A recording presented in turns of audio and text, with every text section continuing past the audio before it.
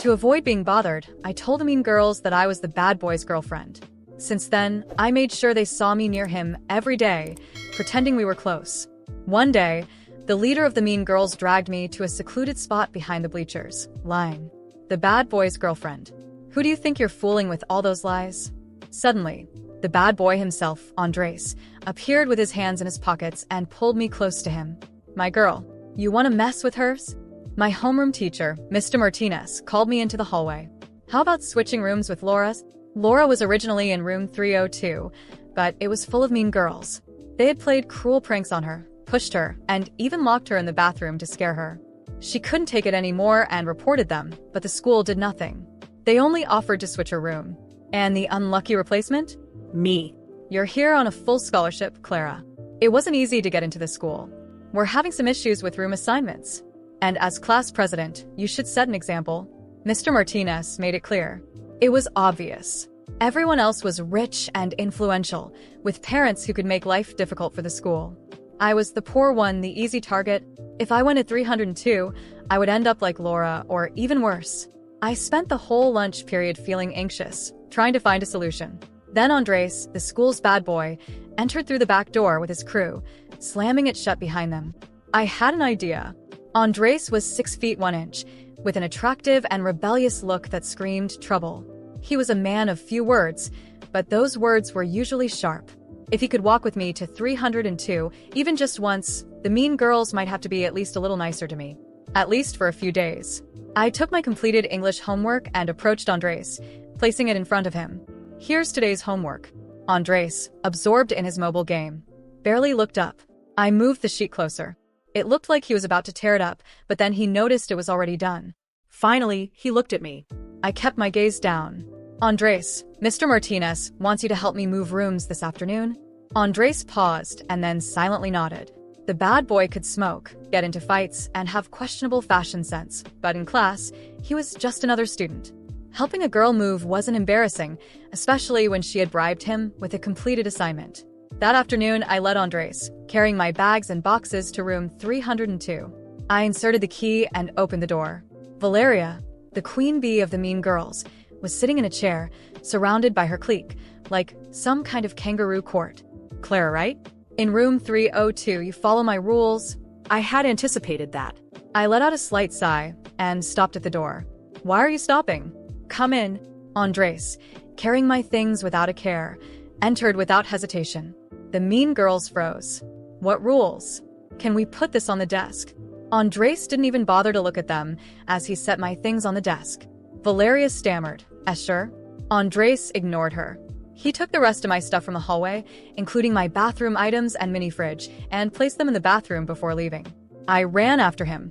Wanna have dinner later? No. Well, make sure to show up at the study hall after dinner. Mr. Martinez has been watching you. I reminded him softly, watching him disappear before closing the door behind me, pretending to be reluctant. The atmosphere in the room had completely changed. You're close to Andres? What's up with you? I offered a shy smile, letting the silence speak for itself. The mean girl's eyes now showed a clear hint of awe. They could bully regular girls, but Andres' girl? That was trouble. I unpacked my things, placing my water bottle in the most convenient spot on the counter. A small victory. The next few days in 302 were surprisingly peaceful. Everyone was much kinder than I had expected. Then, at lunch, I ran into Valeria in the cafeteria, eating alone. Where's Andres? My heart skipped a beat. She was getting suspicious. Just then, Andres and his friends walked out of the gym. I tucked my hair behind my ear and smiled sweetly. Playing basketball as always. Honestly, he plays so much that sometimes he forgets to eat. I ran to the vending machine, bought a Gatorade, and walked over to Andres. Thanks for helping me move the other day, I murmured, placing the drink in his hands before quickly walking away, pretending to be shy. His friends started joking and laughing. Andres might have been tough, but he was undeniably attractive, and girls were always trying to get his attention. To him, I was probably just another girl trying to protect herself. But to me, every little gesture mattered. Seeing Andres holding the drink I had given him without complaining, hearing his friends laugh, gave me the false sense that my strategy was working perfectly. I kept pretending to be comfortable, with a slight smile on my face, while Valeria watched me from afar, her eyes narrow with suspicion. In the days that followed, I maintained the act as carefully as possible. I always made sure to be nearby when Andres was around, without seeming too desperate or obvious. A few words exchanged here, a discreet glance there, and the illusion stayed alive. The mean girls who used to be so intimidating now kept their distance, as if I had some kind of invisible protection. But I knew it wouldn't last forever. And I was right. That afternoon, as I returned to the dorm after literature class, I sensed an unusual presence in the hallway. My instincts told me to run, but before I could react, Valeria and her followers cornered me near the fire escape. "You think we're idiots, Clara?" Valeria hissed, crossing her arms while her friends blocked any way out. "You and Andres, there's nothing between you two. He barely even looks at you." I swallowed hard, trying to stay calm. "I don't know what you're talking about." She laughed, a cold and cruel sound. "Oh, please. Andres may be rude, but he's not blind. Do you really think someone like him would waste his time with someone like you?" Before I could respond, I felt a tug on my arm, shoving me against the wall with force. One of the girls grabbed my hair, twisting it painfully. My heart pounded, but I couldn't scream. Not there, where no one would care. "You think you can play with us, Clara?" Valeria leaned in closer to my face. "Do you think he'll show up and save you now?" I tried to break free, but another shove sent me to the ground. My hands burned as they scraped against the rough concrete, and I tasted blood when I accidentally bit my lip. I curled up, bracing for the worst, but after one last kick to my backpack, Valeria stepped back, satisfied. "Don't worry, we won't do anything for now, but if you keep up this little act, Clara," she lowered her voice and whispered near my ear, "we'll make sure no one believes you anymore." They left laughing, leaving me on the floor, trembling.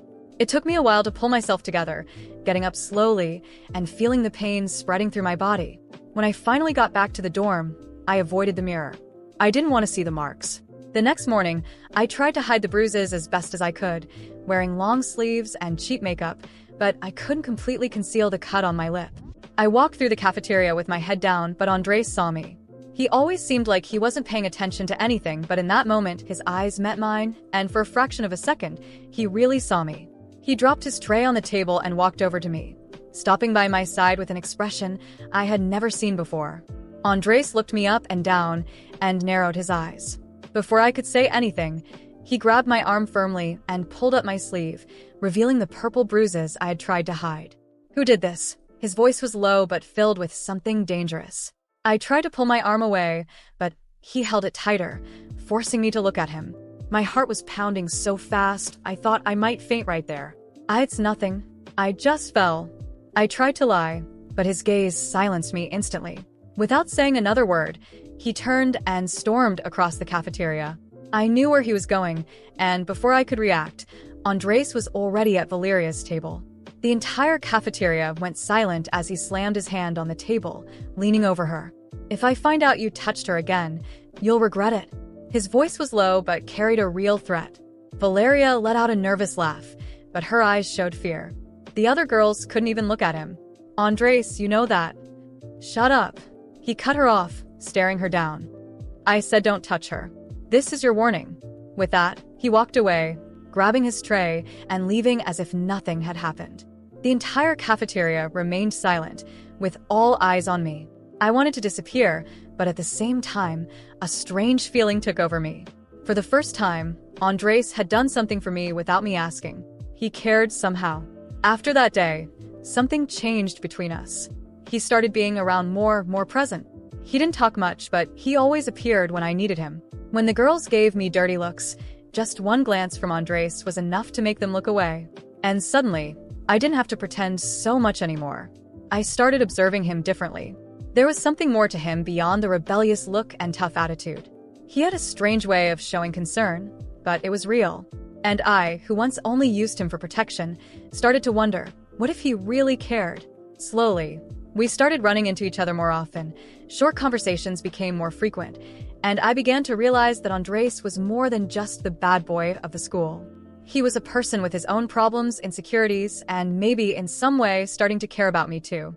Since that day in the cafeteria, something between Andres and me changed, even if neither of us admitted it out loud. He started showing up more often in the places I usually hung out. It wasn't like he was actively looking for me, but somehow, we always ended up close to each other. I didn't have to pretend as much anymore. His presence felt natural, almost as if he had always been there. At first, I tried to keep things the way they were, maintaining the safe distance I had set for myself. But it was hard when he looked at me that way, with those deep eyes that seemed to see beyond the facade I tried to maintain. He wasn't much of a talker, but his actions spoke louder than any words. Small gestures, like holding the door for me, staying close when the girls from room 302 tried to glare at me, or even sharing a comfortable silence when we found ourselves sitting in the same corner of the library. One night, while I was trying to finish an essay in the library, Andres appeared out of nowhere, dropping his backpack onto the chair beside me and staring at my laptop screen. "What are you writing?" he asked in a low, husky voice, resting his chin on his hand. I tried not to seem nervous about his proximity. "Literature essay. I have to finish it by tomorrow." He nodded, not taking his eyes off the screen. "Sounds boring?" I laughed, surprising even myself. "Yeah, a little." To my surprise, he stayed there, watching me type, occasionally making short comments about the music playing in my headphones or how annoying the teacher was. It was strange, but also comforting. Little by little, Andres became a constant in my life, and the barrier I had built around myself began to crack. One afternoon, while I was organizing some things in my locker, I heard his voice behind me. "I'll pick you up after class today." I turned around, confused. "Pick me up? For what?" He shrugged, as if it wasn't a big deal. "You need to get out a little. Let's take a walk." My first instinct was to say no. I never went out, always staying in the dorm or focusing on my studies, but the casual way he said it made me hesitate. There was something about him that made me want to say yes. "All right," I murmured, pretending to be indifferent, but my heart was pounding. When class ended, he was waiting for me by the exit, leaning against the wall like he didn't have a single care in the world. We walked without rushing, and soon we were far from school, in a quiet park. We sat on a bench, and Andres, always silent, pulled out a candy from his pocket and offered it to me. I accepted, feeling a strange sensation in my chest. "Have you always been this quiet?" I asked, playing with the candy wrapper. He glanced at me sideways, a small smile tugging at the corner of his mouth. "Only when there's nothing to say." I chuckled softly. I thought bad boys were supposed to be louder. He let out a light laugh, and for the first time, I noticed how rare and genuine it sounded. Not everything they say about me is true. I stayed quiet, letting his words sink in. Somehow, it seemed obvious now. Andres wasn't just the bad boy of the school. He had layers, and more, I wanted to uncover them all. Days passed, and our interactions became more frequent. He would show up at the library, sit with me in the cafeteria, and even start small conversations in the hallway. The girls from room 302 still looked at me with disdain, but they didn't dare touch me anymore. Andres had made his message clear, and everyone knew that messing with me meant messing with him. One night, as we were walking back to the dorm together, a light rain began to fall. We ran for cover under a canopy, laughing as if it were the most fun thing in the world. We were so close that I could feel the warmth of his body beside me.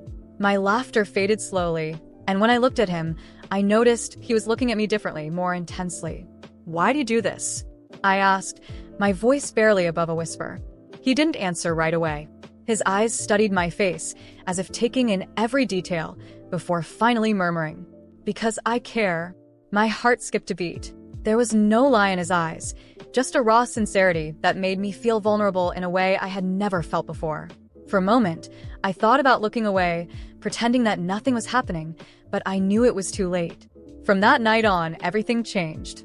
We spent more time together, and what once was a convenient lie turned into something real. Andres protected me, not because I had convinced him to, but because he wanted to. And me? I could no longer deny what I felt. The stolen glances turned into subtle touches, the silences between us became comfortable, and every moment by his side felt more meaningful than I was willing to admit. Andres was everything I never thought I needed, and yet, he was there, becoming an undeniable part of my life. I had started it all with a lie, but now, I was living a truth I never imagined possible. After that rainy night when Andres told me he cared about me, something inside me changed completely. I no longer saw him as just the school's troublemaker, the guy everyone avoided and feared. I started noticing his nuances, the way his silences spoke louder than words, how he observed everything around him with a tired look, as if he was used to being judged without anyone truly trying to know him. I didn't know how, but every time we were together, the lie I had made up to protect myself started to feel more real. And one day, it became crystal clear. We were sitting on the staircase behind the gym, where he liked to spend time when he wanted to be away from everyone. The sun was setting, painting the sky in shades of orange and purple, and I felt at ease sitting there beside him. Andres played absent-mindedly with an unlit cigarette between his fingers, lost in thought, and before I realized it, I broke the silence.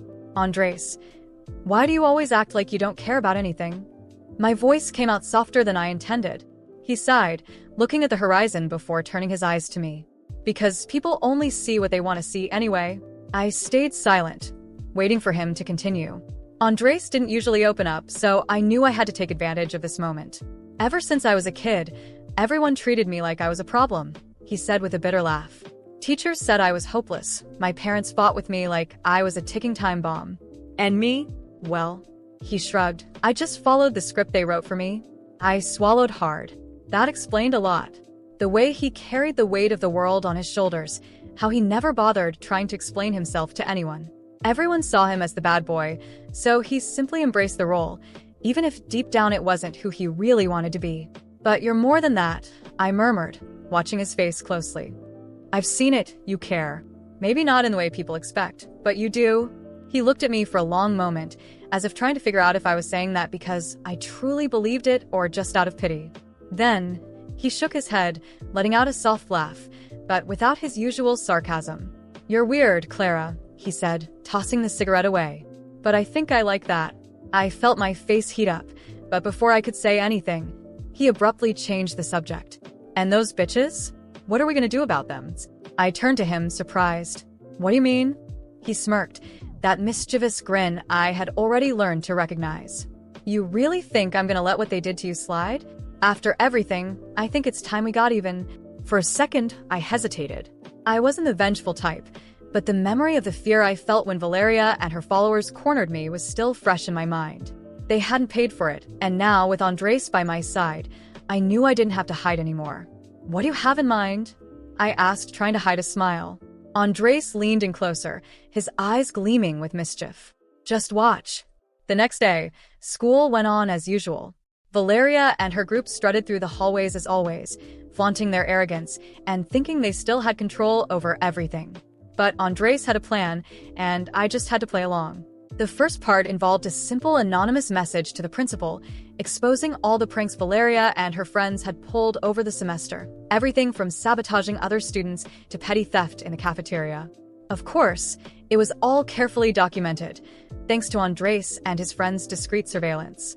Watching the principal call Valeria into his office in the middle of the hallway, with everyone watching, was just the beginning of her humiliation.